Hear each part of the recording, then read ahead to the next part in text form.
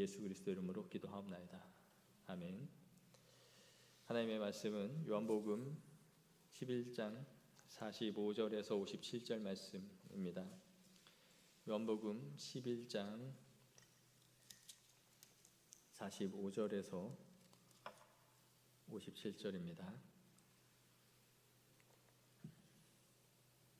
교독하겠습니다. 마리아에게 와서 예수께서 하신 일을 본 많은 유대인들이 그를 믿었으나 바리새인들이 가서 예수께서 하신 일을 알리니라. 이에 대제사장들과 바리새인들이 공회를 모으고 이르되 이 사람이 많은 표적을 행하니 우리가 어떻게 하겠느냐. 만일 그대로 이대로 두면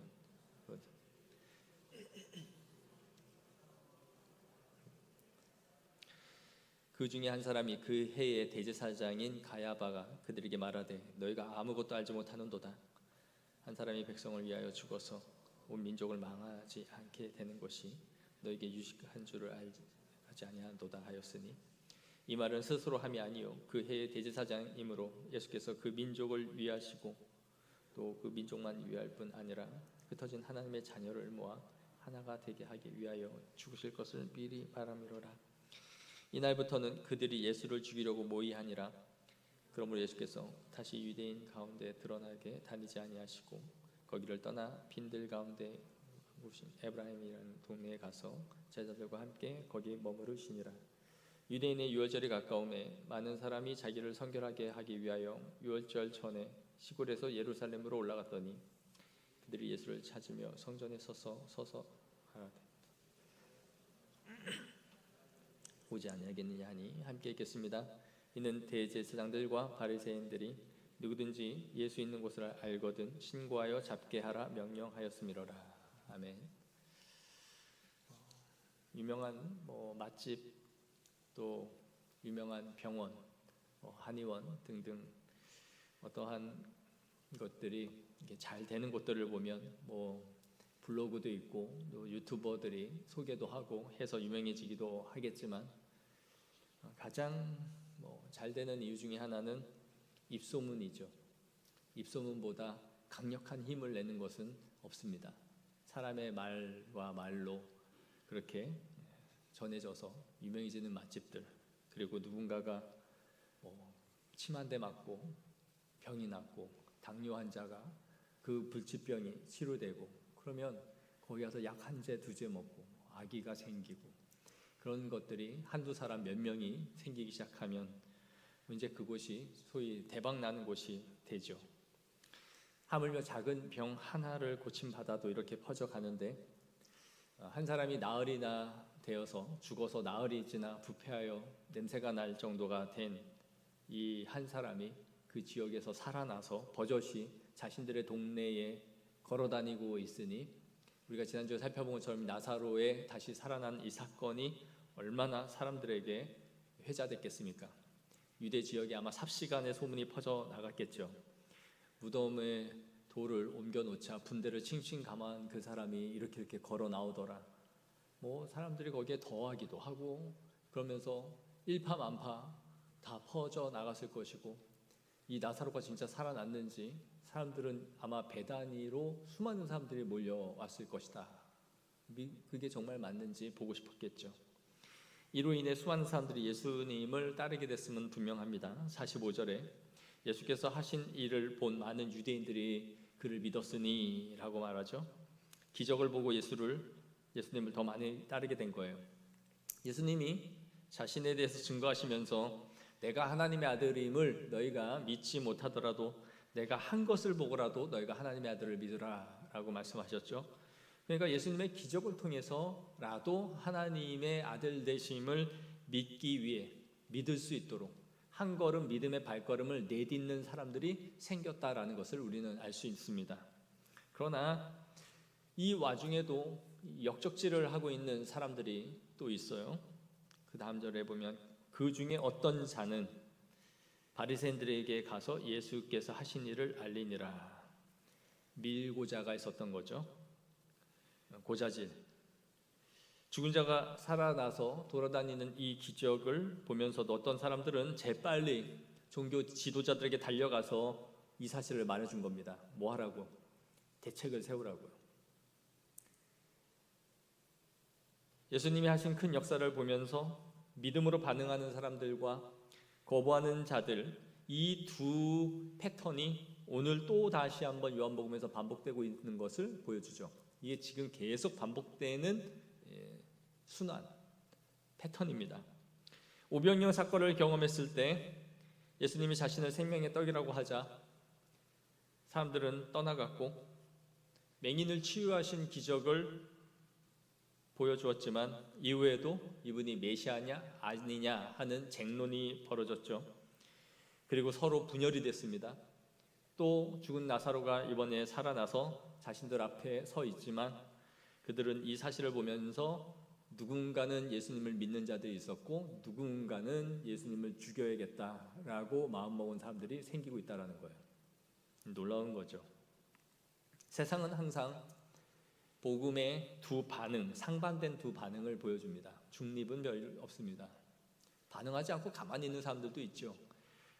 그건 중립이 아닙니다. 반응하지 않는 것은 거부하는 거예요. 가만히 있는 거는 그냥 중립이 아니라 그거는 소극적이지만 거부하는 거죠. 동일한 말씀을 한 자리에서 듣지만 우리의 반응은 항상 제각각이지 않습니까?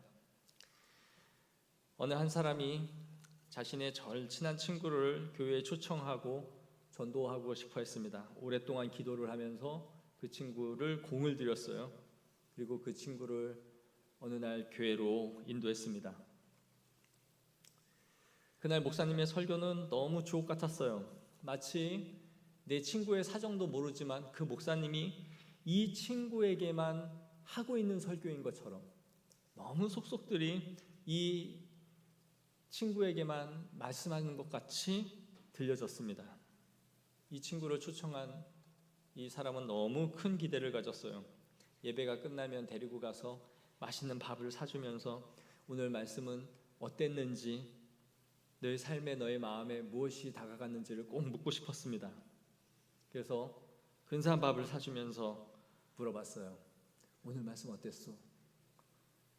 뭐 느낀 거 없었어? 이 친구가 한 말은 의외였습니다. 그냥 뭐 목사님이 하는 말이 다 그렇지.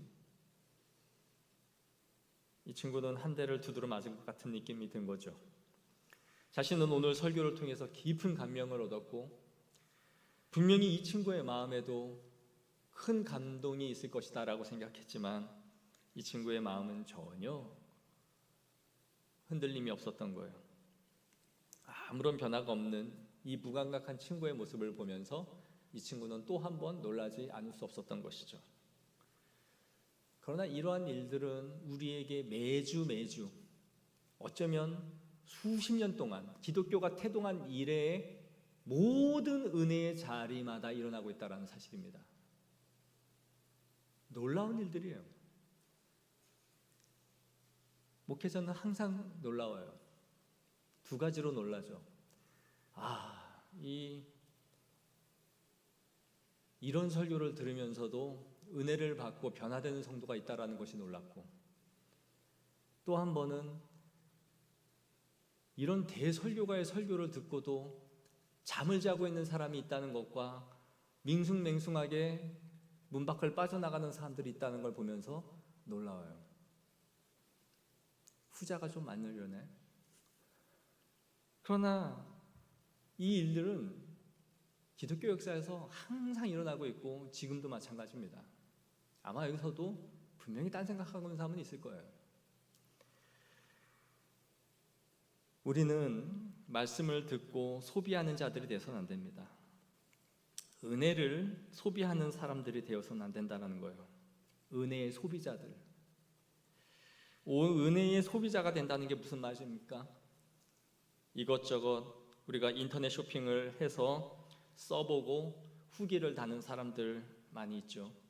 그리고 뭐 몇 포인트 정도 그들이 리턴해주기도 하죠. 우리도 마찬가지로 이것저것 듣고 이 목사님 참 좋구나, 이 목사님 참 이런 특징이 있네, 이 목사님은 참 깔끔하고 박식하고 딕션이 좋고 또 이 목사님은 임팩트가 있어. 뭐 등등 굵직굵직한 목사님들 다 우리는 한 번씩 듣고 평가하고 알죠. 그들의 지적인 능력, 그들의 패턴, 특징, 말은 어쩌고저쩌고 청산유소로 다 합니다. 하지만 그들은 은혜를 받고 그것을 내 삶의 교훈으로 삼아 살아가는 성도들이 아니라 은혜를 소비하는 소비자들입니다. 소비자예요. 웹서핑을 하듯 그렇게 주워 듣고 오늘도 그 은혜를 소비하는 거죠. 말씀을 듣고 상품평을 하듯 그 말씀을 그런 식으로 소비하는 신앙은 대단히 무서운 상황에 처해 있는 겁니다. 자기는 몰라요. 자신은 몰라요. 그러나 그런 신앙이 되어가고 있는 것은 거의 영적인 암이에요. 영적인 암이라고요. 암세포가 몸에 퍼져 들어가고 있다는 증거예요. 우리 주변에 이런 사람들이 없을 것 같습니까? 있어요. 은혜를 끊임없이 소비하며 설교를 유의하고 즐기는 사람들이 있단 말이에요. 그러나 그 말씀에 대해서 부여잡고 우는 사람은 없어요. 그것이 내 심장을 꽂힌 것 같아서 예배 후에도 끊임없이 앉아서 울고 회개의 자리로 가는 성도들 점점 없어져 가고 있어요. 우리는 생각해야 돼요. 나는 소비자인가? 은혜를 받고 있는 사람인가? 예수님 당시에 얼마나 많은 사람들이 예수님을 소비했습니까? 그저 아프면 찾아가서 병을 낫게 해달라고, 그분의 옷자락에다 손만 한번 건들기만 해도 병이 낫는다는 것을 알고 찾아갔죠. 배가 고프면 빵을 줄까 하여 사람들이 몰려 들어갔습니다. 그러므로 예수님은 그 시대의 유대 지역의 슈퍼스타였어요. 하지만 그분의 말씀을 듣고 이해하고 제자가 되려 하는 사람들이 있었습니까? 아주 극히 소수였죠. 정말 소수였다는 걸 우리는 알고 있어요. 예수님 주변에 수많은 군중들이 모여 있었지만 그들은 다 예수님을 소비하는 소비자들이었던 거예요. 그분을 이용해서 그분 자신들이 얻고자 하는 것을 취하려고 하는 소비자들. 오늘 이 시대에 예수님을 따르는 제자들이 누구입니까? 필요할 때 예수님께 찾아가는 소비자입니까? 그리고 그 은혜를 통해서 내 삶의 기준으로 삼고 살아가는 제자입니까? 아니면 오늘도 그 은혜를 말씀을 평가하고 즐기고 끝이 나는 것입니까? 이걸 우리는 깊이 생각해 봐야 돼요. 목회자도 마찬가지입니다. 자신이 설교하여 사람들에게 감동을 주기 위해서 말씀을 연구한다면 그는 소비자예요. 그 말씀을 이용하고 애용할 뿐 그 말씀을 누군가에게 전달하기 위해서 오늘도 그 말씀을 소비하고 있는 거예요. 목회자 자신에게 말해지는 말씀이 없고 자신에게 천둥과 번개가 치지 않는 말씀을 호통치고 있다면 그는 소비자예요. 말씀을 소비하여 사람들의 귀를 채워주는 것이죠. 그러나 성도들 역시도 그 말씀을 소비할 수 있는 겁니다. 그러므로 우리는 말씀을 소비하는 자들이 아니라 그 말씀을 듣고 살고 그 말씀에 죽기를 반복해야 되는 거예요. 이 은혜에 죽고 사는 선순환이 영혼을 살리는 겁니다. 여러분, 은혜가 나를 살리고 죽이는 걸 반복하고 있습니까? 그 말씀 때문에 내가 까무라칠 것 같고 그 죄 때문에 송곳같이 따갑고 또 주님이 주시는 복음 때문에 내 억눌린 상황과 형편 가운데서도 다시 힘을 얻고 살아갈 수 있는 은혜와 힘을 공급받고 그것이 우리가 은혜에 살고 죽는 걸 반복하는 거예요. 성도는 그걸 통해 우리 모두가 하나님의 자녀로 새로워지는 것을 반복하는 거예요. 한 껍질 한 껍질씩 벗겨가며 우리의 성화를 이루어가는 것이 바로 은혜를 누린 성도인 줄 믿습니다. 그렇게 돼야 됩니다. 이렇게 사람들 사이에서 다시 예수님이 부각되자 이 사태가 심상치 않다라는 것을 보고 있는 사람들이 있었어요. 바로 종교 지도자들이었죠. 이거는 예사롭지 않다라고 직감했습니다. 이전과 다르다. 이 소문이 너무 퍼져가고 있었고, 그전처럼 뭐 누군가가 아픈 사람이 치유받는 정도가 아니라 죽은 자가 살아났으니 이거는 이전과는 다른 일이었죠. 그래서 이들은 급히 공회를 소집했습니다. 아마 비상대책 소집이었겠죠. 대제사장들과 바리새인들로 구성된 이 공회 회원들이 모여서 우리가 어떻게 해야 하느냐라고 서로 물은 거예요. 이 일을 어떻게 우리가 수습해야 되지? 어떻게 이걸 잠재워야 되지? 라고 서로 토론한 거죠. 우리가 무엇을 해야 되느냐라는 이 반응이 사도행전에도 나옵니다. 사도들이 담대히 복음을 전하자 그 말씀에 너희가 예수를 십자가에 못 박아 죽였느니라 라고 말하자 이들이 심히 고통을 받으면서 사도행전 2장 37절에 이렇게 말해요. 우리 한번 읽어볼까요? 시작. 그들이 이 말을 듣고 마음에 찔려 베드로와 다른 사도에게 물어 이르되 형제들아 우리가 어찌하였고 우리가 어찌해야 할지를 물은 거예요. 그들은 우리가 죄를 용서받고 구원받기 위해서 우리가 무엇을 해야 하지라고 물은 거죠. 오늘 대제사장과 바리새인들도 똑같이 물은 겁니다. 우리가 어떻게 해야 되지? 근데 그 이유와 목적이 다르죠. 어떻게 예수를 죽여야 되지?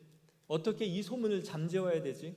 이걸 어떻게 무마시켜야 되지라고 물은 것이고, 사도행전에 이 사람들은 자신의 마음에 고통하고 찔려 우리가 구원을 받기 위해서 어떻게 해야 되느냐라고 근심하며 물었던 거예요.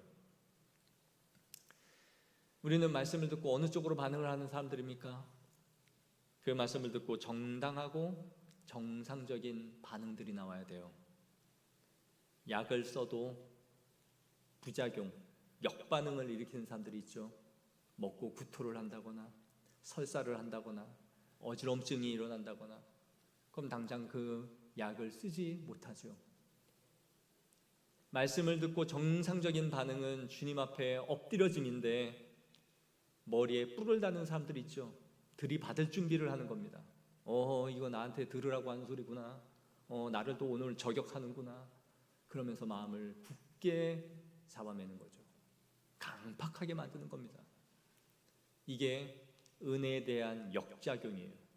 무서운 상태가 되는 거죠. 우리가 말씀에 정상적인 반응을 한다는 것은 건강하다는 거예요.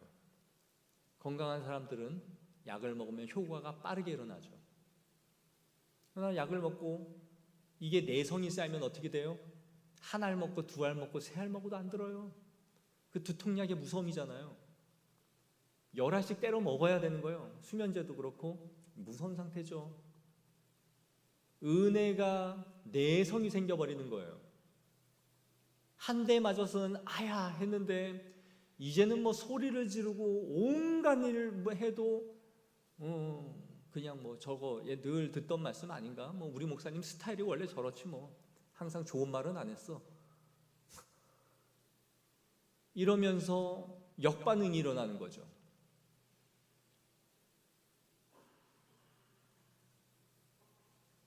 제가 그렇게 강한 사람이 아니잖아요. 항상 부드럽게 말하잖아요. 부드럽게 말하면 말해도 성령의 은혜로 우리가 잘 들어야죠. 소리친다고 그 소리가 강해지는 건 아니죠. 나사로를 살린 이 기적으로 인해 오늘 공회원들이 모였습니다. 근데 이들이 왜 모여서 뭐가 도대체 두려웠던 것일까요? 48절 보시면 만일 그를 이대로 두면 모든 사람이 그를 믿을 것이요. 예수님을 더 많은 사람들이 믿을까봐 그게 두려웠던 겁니다. 왜요? 자신들의 기득권이 빼앗기는 것이 두려웠던 거죠. 성전 청결 사건을 하실 때 이들이 뭘 따지고 들었습니까?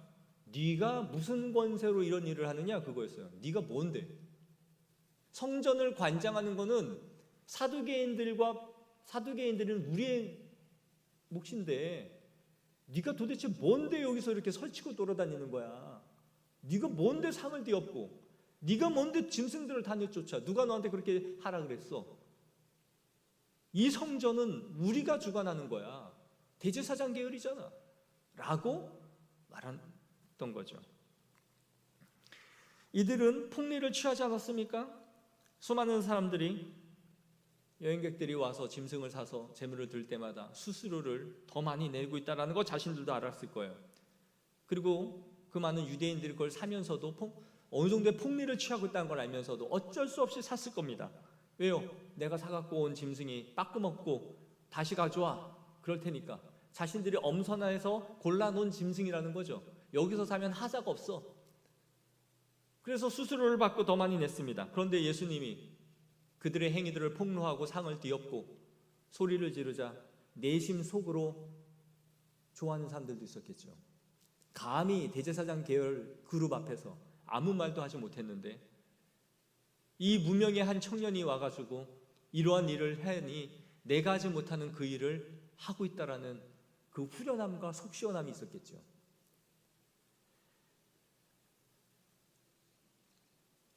종교 지도자들의 예수님의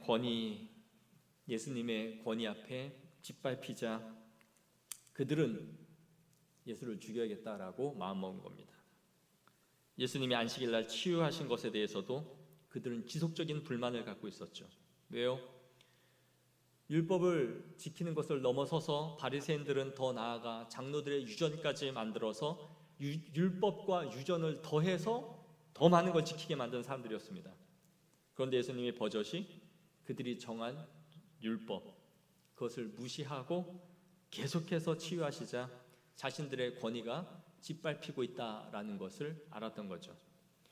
율법이라는 것을 통해서 내 권위를 행사하는 것이었는데 율법을 지키지 않는다고 생각하니 그것은 하나님에 대한 것이라고 말은 하고 있지만 내 권위가 무너진 게 열받은 거죠. 율법을 앞세워서 하나님을 위한다고 했지만 결국 율법과 유전이 나의 사회적 입지를 만드는 기반이었던 거예요. 봐라, 나는 이렇게 행하지, 니들은 안 하잖아. 그걸 갖고 억압을 했는데 그걸 예수님이 쳐내버리신 거죠. 안식일 논정 속에서도 예수님은 단 한마디도 굽히지 않으셨습니다. 자신들의 권위는 무너지고 사람들은 오히려 예수님의 말씀의 권위 앞에 엎드리기 시작했던 거예요. 성경은 뭐라고 말합니까? 이는 그 가르치는 것이 권위 있는 자와 같고 그들의 서기관들과 같지 아니함이로라. 사람들은 알았던 거예요. 이분의 말씀이 뭔가 다르구나. 이들이 점점 자신들의 입지가 없어져 가는 것이 두려웠던 거예요. 그래서 예수님을 죽여야겠다라고 생각한 거죠. 두 번째로 두려워한 것이 뭡니까? 그리고 로마인들이 구성되어 있었는데 이 사두개인들은 로마 권력과 자신들의 권력을 결탁한 사람들이었어요. 로마에서 사두개인들에게 니들이 대제사장 권한 갖고 해 라고 한 사람들이죠. 그러니 이들은 로마로부터 특혜를 받아서 유대 사회의 특권층이 되었던 겁니다. 이들은 당시 종교 지도자라기보다는 그 사회의 유력자요, 어떻게 보면 정치가들이라고 할 수 있었던 거예요. 유대 사회에서는 종교가 곧 정치였기 때문에. 그래서 로마와 결탁을 한 거죠. 이렇게 로마가 자율적으로 그들이 종교적인 행위들을 할 수 있도록 인정해 주면서도 철저하게 막는 게 있었는데 그게 뭡니까? 반란이었어요. 로마 제국에 반역하는 자들은 철저하고 잔인하게 군대를 파송해서 짓밟아 버렸습니다. 반란만큼은 용납하지 않았던 거죠. 그런데 유대인들이 예수님을 이렇게 옹호하면 무슨 일이 벌어질까요? 정말 예수님을 메시아로 인정하게 되면 이들은 예수님을 왕으로 추대할 겁니다. 그 앞서서 유대의 역사에 마카비 혁명이 한번 일어나서 그런 일이 있었죠. 예수님이 오병이어의 기적을 행하신 후에 홀로 산으로 가셨다라고 했는데 그 이유가 무엇이었습니까? 자신을 임금 삼으려는 줄을 아시고 그 기적을 보니까 사람들이 또 왕으로 삼으려고 했던 거예요. 이들의 기질이죠. 뭔가 특별하고 비범하고 대단한 사람이 나왔다 하면 이건 메시아일 수 있다라고 생각을 했던 거예요. 이 비범한 인물이 바로 메시아일 수 있고 자신들이 언제든지 왕으로 추대해야 된다라고 생각했던 거죠. 그러니까 만약에 예수라는 사람이 메시아라고 사람들이 인정한다면 그들은 왕으로 추대할 것이고 로마는 군대를 이끌고 와서 우리를 짓밟아 버려서 결국 우리의 기득권을 빼앗아가 버릴 것이다. 큰 압박을 가해서 우리의 자치기구인 사내들인 공의회도 다 해체시켜 버릴 것이고, 우리가 지금 유지하고 있는 이 기득권을 다 가져가 버릴 것이기 때문에 절대적으로 이것을 막아야 된다라고 생각했던 거예요. 정치적인 이유가 있었던 거죠. 그렇기 때문에 엄밀히 말해서 대제사장 그룹들은 로마로부터의 독립을 원하는 사람들이 아니었어요. 이 체제가 그대로 유지되기를 바라는 사람들이 바로 대제사장들이었던 거죠. 그냥 이 상태로 자신들의 권력이 유지되길 바라는 철저한 수구파였던 겁니다. 여러분, 어느 사회나 수구파들이 있죠. 정치계에도 있고 또한 교회에도 있습니다. 그들은 변화를 싫어합니다. 교회가 개혁되어 가는 것을 매우 싫어해요. 개혁은 불편하다라는 것을 알기 때문이죠. 톰 레이너가 쓴 죽은 교회를 부검하다라는 책에 문 닫는 교회의 10가지 특징들을 수백 수천 교회를 컨설팅하면서 조사를 했어요. 근데 그 중에 한 파트가 제목이 이거였습니다. 그들은 어떤 변화도 한사코 거부했다라는 거예요. 그들은 한때 좋았던 그 당시에 옛날에 머물러 있기를 너무나 좋아했다라는 겁니다. 자신들이 가진 예배 순서, 섬기던 스타일, 해오던 구습, 그 어떤 것 하나도 바꾸기를 원치 않았다라는 거예요. 결국 그 교회는 사라졌습니다. 어느 목사님과 최근에 이야기를 하는데, 한 목사님이 교회를 부임받아서 교회를 성장시키고 나서 쫓겨났다는 거예요. 왜 그렇게 많은 성도를 성장시키고 쫓겨났냐 했더니 기존 교회 성도들이 새 가족들이 들어오는 것을 원치 않았다라는 겁니다. 놀라운 일이죠.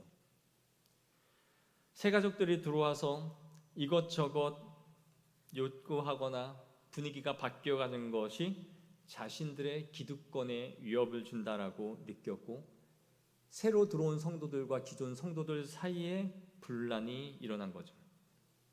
그래서 다른 이견을 내는 사람들은 그들 스스로가 다 쳐내서 자신들의 그룹 안으로 들어올 수 없도록 한 겁니다. 결국 이런 교회는 문을 닫을 수밖에 없는 거죠.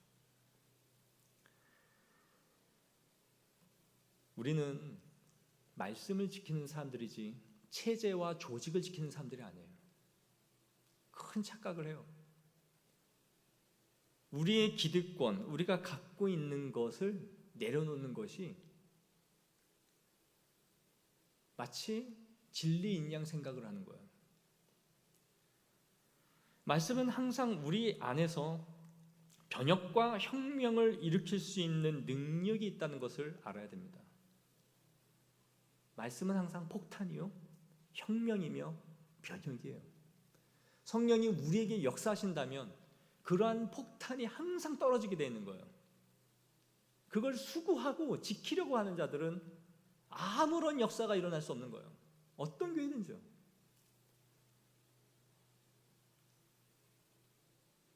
우리는 말씀을 지킨 사람들이지 시스템과 조직과 입지를 지킨 사람들이 아닙니다.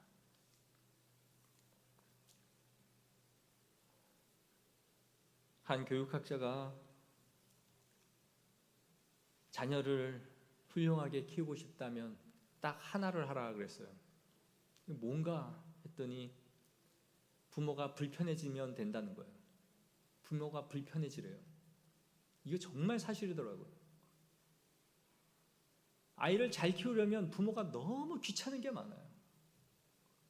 뭐 TV도 안 봐야 되고, 정말 책 보는 것, 말씀 보는 것, 우리 영적인 것, 이런 것들만 내가 보여주고 살려고 하면 엄청 불편하죠. 우리가 신앙적으로 올곧게 가려 하면 불편해지기를 감수해야 돼요. 이게 혁명이고 변혁이에요. 근데 이걸 자꾸 하면 괴롭죠. 우리는 항상 그냥 그 상태로 있기를 원하는 거예요.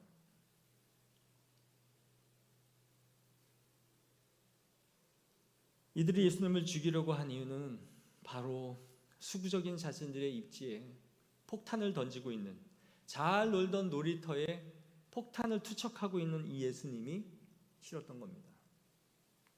예수님은 그들의 눈에 보일 땐 거의 혁명가 수준이었던 거예요. 소리를 지르거나 군중을 모집하지 않았지만 그들의 눈에는 엄청난 혁명이 일어나고 있다는 것을 직감한 거죠. 이대로 둬서는 절대로 우리 위치를 지킬 수 없다. 이런 상황 속에서 대제사장 가야바가 나서서 말해요. 49절 우리 다 같이 한번 읽어볼까요? 시작. 그 중에 한 사람 가야바가 그들에게 말하되 너희가 아무것도 알지 못하는도다. 한 사람이 백성을 위하여 죽어서 온 민족이 망하지 않게 되는 것이 너희에게 유익한 줄을 생각하지 아니하는도다. 무슨 말입니까? 공동 번역 성경은 이렇게 말해요. 당신들은 그렇게도 아둔합니까? 온 민족이 멸망하는 것보다 한 사람이 백성을 대신해서 죽는 편이 더 낫다는 것도 모릅니까? 가야바가 말한 거예요. 뜻은 이거예요. 전 이거 보고 역시 대제사장은 달라도 뭐가 달라. 뭔가 통찰력이 깊은 줄 알았어요. 그러나 이 가야바의 뜻은 이겁니다. 이로 인해서 로마군에 의해 민족 전체가 다시 자치권을 빼앗기고 해를 받는 것보다 예수라는 한 사람을 희생시켜서 민족 전체가 사는 것이 낫다라는 것을 니들은 모르냐라는 얘기예요. 예수 하나를 희생양으로 만들어서 로마가 우리를 짓밟지 않도록 하는 것이 현명한 판단 아니냐라는 거죠. 그래서 예수님을 유대의 왕으로 몰아가서 반역자들에게만 선고될 수 있는 십자가에 달아 죽이는 묘안을 썼던 거죠. 그 한 놈만 반역자로 만들면 되는데 민족 전체가 다 반역자로 몰리면은 로마군이 우리를 다 휩쓸어 버릴 거 아니냐. 그러니까 한 놈만 희생시켜, 한 놈만. 그거 몰라? 라고 말한 거예요. 그런데 이렇게 말한 가야바의 말을 이렇게 성경은 말합니다. 51절에 이 말은 스스로 함이 아니요 그 해의 대제사장이므로 예수께서 그 민족을 위하시고 그 민족을 위할 뿐 아니라 흩어진 하나님의 자녀를 모아 하나가 되게 하시기 위하여 죽으실 것을 미리 말함이로라. 이 말씀의 의미는 예수를 희생양으로 하여 자신들의 기득권을 지키려고 한 말이었지만 하나님은 그의 이 말을 통하여 예수님의 죽으심이 어떠한 것인지를 예언하게 하였다라는 의미예요. 못된 생각, 못된 마음을 가지고 지는 한 건데 하나님은 그의 말을 통해서 예수님의 한 명의 죽으심으로 말미암아 전 세계에 흩어진 하나님의 자녀들이 생명을 얻고 하나 되고 살리게 하고자 하시는 하나님의 뜻이었다라는 것을 그의 입으로 예언하게 하신 거예요. 지는 뭔 말 한 줄도 몰랐겠죠. 악한 의도로 한 말이지만 하나님은 그 죽으심의 의미를 영적인 의미로서 이미 선포하게 하셨다라는 겁니다. 성경을 보면 의롭고 바른 사람을 통해서만이 바른 예언을 하는 것이 아님을 알 수 있죠.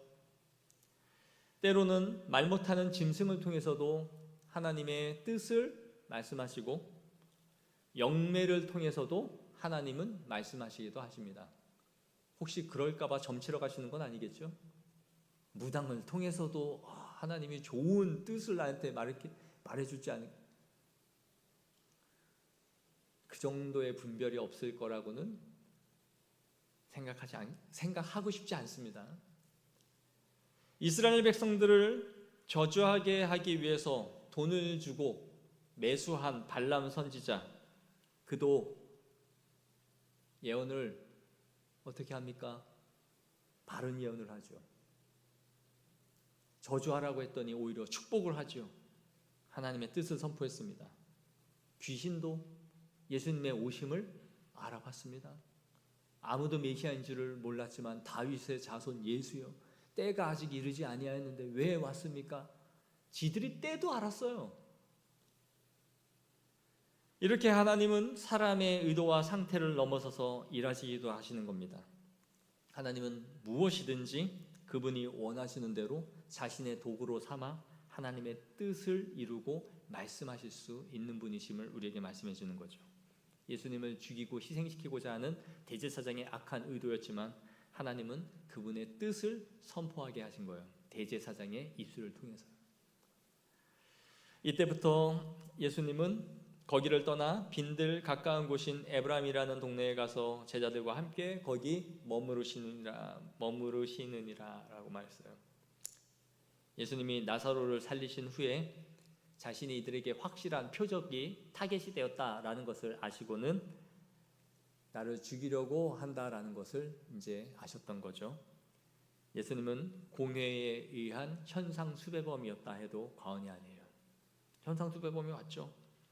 나중에 돈을 주고 예수님을 판자에게 돈을 주었으니까요. 누구든지 그를 보고 신고하거든 잡도록 하게 하라라고 이미 공포가 내려진 상태였던 거죠. 그래서 예수님은 조용히 빈들에 가까운 에브라임에 머물며 제자들과 함께 시간을 보내셨던 겁니다. 하지만 이것은 예수님이 숨어서 무서워서 숨어 계신 것이 아니었어요. 자신의 때를 위해서 피해 계셨던 거죠. 이제 곧 유월절이 다가오고 있었고 그 유월절 날 자신의 몸을 하나님 앞에 드릴 준비를 하고 계셨던 겁니다. 오늘 본문에 보시면 거기를 떠나 에브라임이라는 동네에 가서 제자들과 함께 거기 머물렀더라 라고 해도 되는데 요한은 빈들이라는 단어를 썼어요. 이것은 뭘 연상케 합니까? 광야, 빈들에 외치는 광야를 연상케 하는 표현이에요. 이스라엘은 출애굽을 준비하면서 한 마리의 어린 양을 광야에 준비해 두었죠. 또 대제사장 대속제일은 아사셀 염소를 그 양을 준비했습니다. 출애굽할 때에 양 한 마리를 미리 준비해 두었다가 유월절날 그 양을 잡고 무교병과 쓴 나무를 먹고 출애굽을 했던 것이죠. 예수님은 빈들에서 세상 죄를 지고 가는 하나님의 어린 양으로서 영적으로 이스라엘 백성들을 출애굽시키기 위하여 준비된 빈들의 양이었음을 여기서 보여주고 있는 거예요. 유대 종교 지도자들이 보기에는 예수님이 숨어 있는 것처럼 보여졌을 것이고 사람들에게는 그분이 나타날지 아닐지 가십거리가 되었을지 모릅니다. 하지만 예수님은 이 유월절이라는 하나님의 때, 그분이 나에게 주신 그 시간에 맞추어서 자신을 드리기 위해 빈들에 머물러 계셨던 거예요. 죽음을 기다리는 한 마리의 어린 양으로서 유월절의 어린 양으로 그분이 성별되어 계셨던 거죠. 그리하여 12장 1절에 보시면 유월절 엿새 전에 다시 베다니로 올라가시는 거예요. 그분의 죽으심 6일 전임을 말해주고 있는 거죠. 그때까지 그분이 이곳에 머물렀던 것입니다. 우리는 그런 사람들이에요. 무모하게 자신을 사람들에게 보이기 위해 드러내는 사람들이 아닙니다. 공명심에 나서지도 않습니다. 사람들이 나를 원하니. 그래서 자신을 드러내는 게 아니죠. 또 비겁하게 누군가가 나를 뭐라 하기 때문에 숨어있는 사람들도 아닙니다. 하도 욕을 많이 하고 뭐라 하니까 그냥 조용히 있는 게 낫겠다, 그렇게 숨어져 있는 사람도 아니에요. 예수님은 묵묵히 그저 주님의 시간과 그 때를 기다리고 계셨던 것처럼 우리는 하나님의 때에 움직여가는 사람들인 줄 믿습니다. 주님의 시간표에 여러분의 시간을 제발 맞추십시오. 우리의 힘듦은 거기에 있는 거 아닙니까? 자꾸 주님보다 앞서 뛰어가거나, 그리고 주님 보고 자꾸 쫓아오라고, 왜 이렇게 늦게 일하시냐고, 왜 자꾸 내 뒤에 있냐고, 좀 그렇게 주님은 질질 끌고 가려 하고, 주님은 이제 뛰어야 된다라고 저 앞에 계시나 나는 지금은 못한다고 쭈그리고 앉아있고 혼자 빈들에 있는 것은 아닙니까? 주님과의 보를 맞추는 것이 믿음이에요. 주님이 이만큼 가기를 원하시는구나. 그걸 영적인 예민함을 가지고 계속 생각해야 되는 거예요. 그건 기도밖에 없어요. 주님이 지금 뛰기를 원하시는가? 우리 교회가 지금 달리기를 원하시는가? 아니면 나 스스로가 지금 혼자 헐떡거리고 뛰고 있는가? 아직은 준비되지 않은 것인가? 주님의 때가 아닌가? 그러면 내 힘을 빼야 된다. 그러나 내가 게으르고 나태한가? 주님이 우리 교회가 달리기를 원하시는가? 그래, 그럼 주님이 원하시는 만큼 달리자, 힘을 내자. 그렇게 가는 게 성도인 줄 믿습니다. 아멘 안 할 줄 알고 있었어요, 준비할 때부터. 근데 그렇게 해야 여러분이 은혜와 복을 받는 거예요. 주님과 심장의 맥을 같이 뛰지 않으면 갈 수 없는 거예요. 마음이 합한 자 다윗이란 뜻이 뭐예요? 주님과 맥박을 같이 한다라는 거예요. 주님이 급하게 움직이면 나도 급해지는 거고, 주님이 머물러 계시고 빈들에 계시길 원하면 숨을 죽여 기도하는 거예요. 그걸 꼭 같이 하십시오. 그걸 교회와 목회자와 성도가 함께 갈 때 교회는 전진해 가는 거예요. 그리고 그것이 성령의 예민함에 있는 거예요. 주님이 우리가 지금 어떻게 가기를 원하시는가? 그걸 찾고 목회자와 함께 그 길을 찾아 걸어가는 거예요. 말씀을 정리하겠습니다. 사랑하는 성도 여러분, 우리는 말씀에 정당하게 반응하는 성도들이 되어야 됩니다. 은혜를 소비하지 마십시오. 은혜를 누리는 성도들이 되어야 됩니다. 은혜를 자꾸 소비한다면 내가 병들었다라는 증거입니다. 그리고 하나님 앞에 회개하여 다시 하나님 내가 그 말씀에 온전히 반응할 수 있게 해달라고 깨어 기도해야 됩니다. 또한 진리를 지키는 수구파들이 되십시오. 체제와 조직을 지키는 사람들이 되지 마십시오. 30년 전통, 40년 전통, 100년 전통 다 쓰잘데기 없잖아요. 오래된 교회일수록 가도 제일 힘든 게 우리는 원래 이랬는데요. 이 소리예요. 원래는 여러분 우리가 다 죽을 인간들이에요. 도대체 원래는 도대체 어느 쪽 원래입니까? 강원래예요? 원래 우리는 다 죽을 인간들이었어요. 그럼 원래 우리는 죽었어야죠. 우리는 원래 이런 사람들이 아니에요. 하나님의 진리를 지키는 데만 우리의 모든 수구파가 되어야 됩니다. 그리고 하나님이 사용하실 때 우리의 자신을 그분의 때에 맞게 주님처럼 드리기를 소망합니다. 누가 알아주기 때문에 환호하기 때문에 박수치니까 지금이야 또 아니고, 누가 자꾸 일만 했다 하면 나한테 비난을 하고 뭐만 했다 하면 뭐라 하니까 그냥 숨어있는 것도 아니고, 주님이 지금 일하기를 원하시면 나도 주님과 함께 걸어가겠다라는 그 마음 하나가 주님이 받으시는 영광인 줄을 믿습니다. 기도하겠습니다.